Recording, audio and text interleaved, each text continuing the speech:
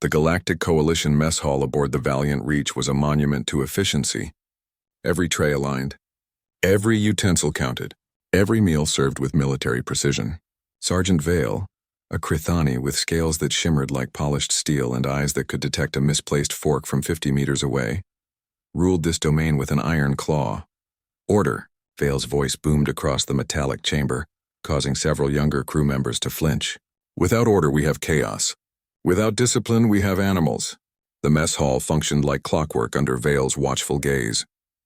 Until the humans arrived, specifically until Kira arrived, she was unremarkable by human standards.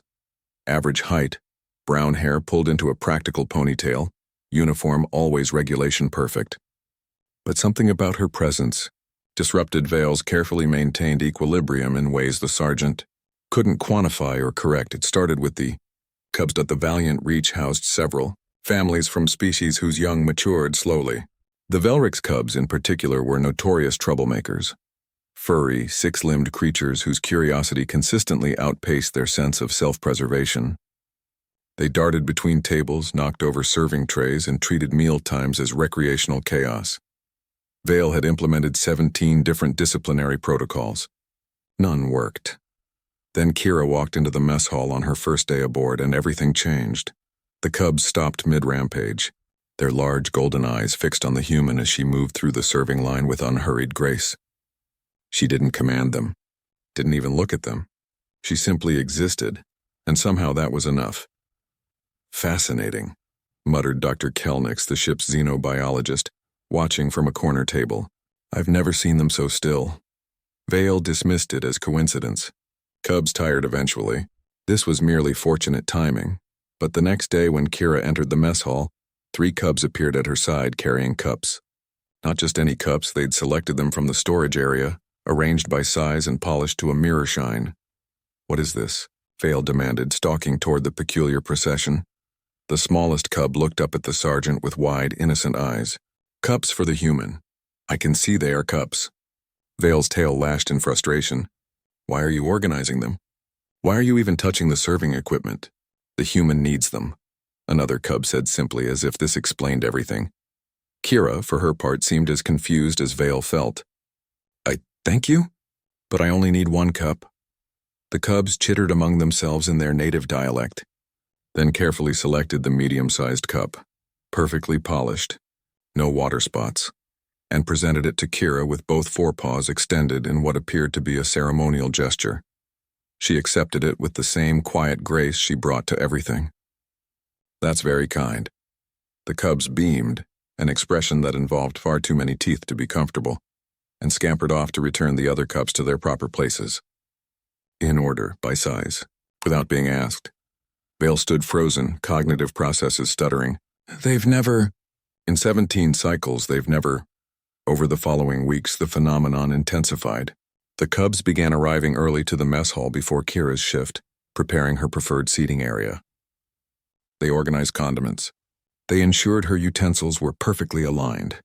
They even started attempting to organize everyone else's areas, creating a ripple effect of unprecedented tidiness. Vale should have been pleased. The mess hall had never been more orderly, but the sergeant couldn't shake the feeling that control had somehow slipped through scaled fingers into softer, human hands. What are you doing to them? Vale finally demanded one evening, cornering Kira as she finished her meal. Kira looked up, genuinely puzzled. Nothing, sir. I just eat my dinner. No. Vale's claws clicked against the metal table. Creatures don't spontaneously develop organizational skills.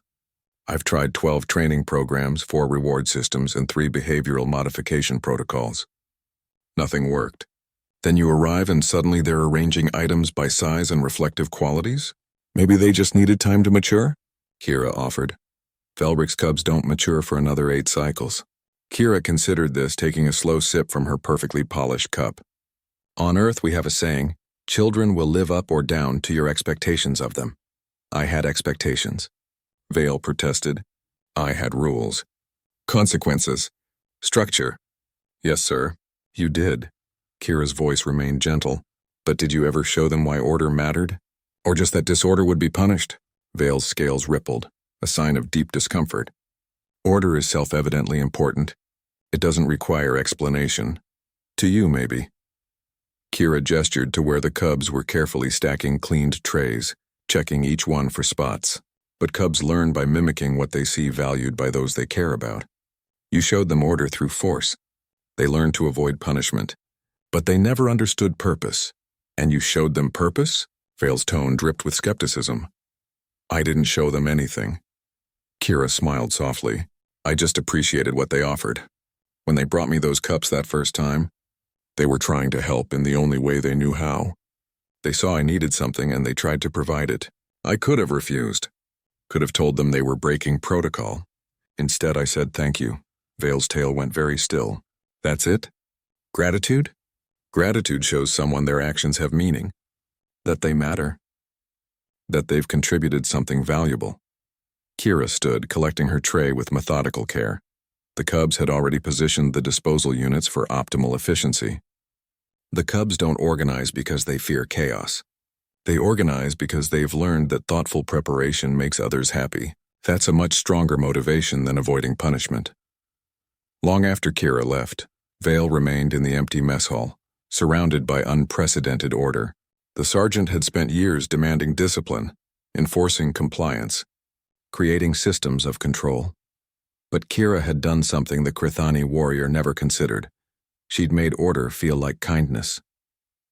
The next morning, when the cubs arrived with their cups, sorted by size, polished to perfection, Vale did something unprecedented.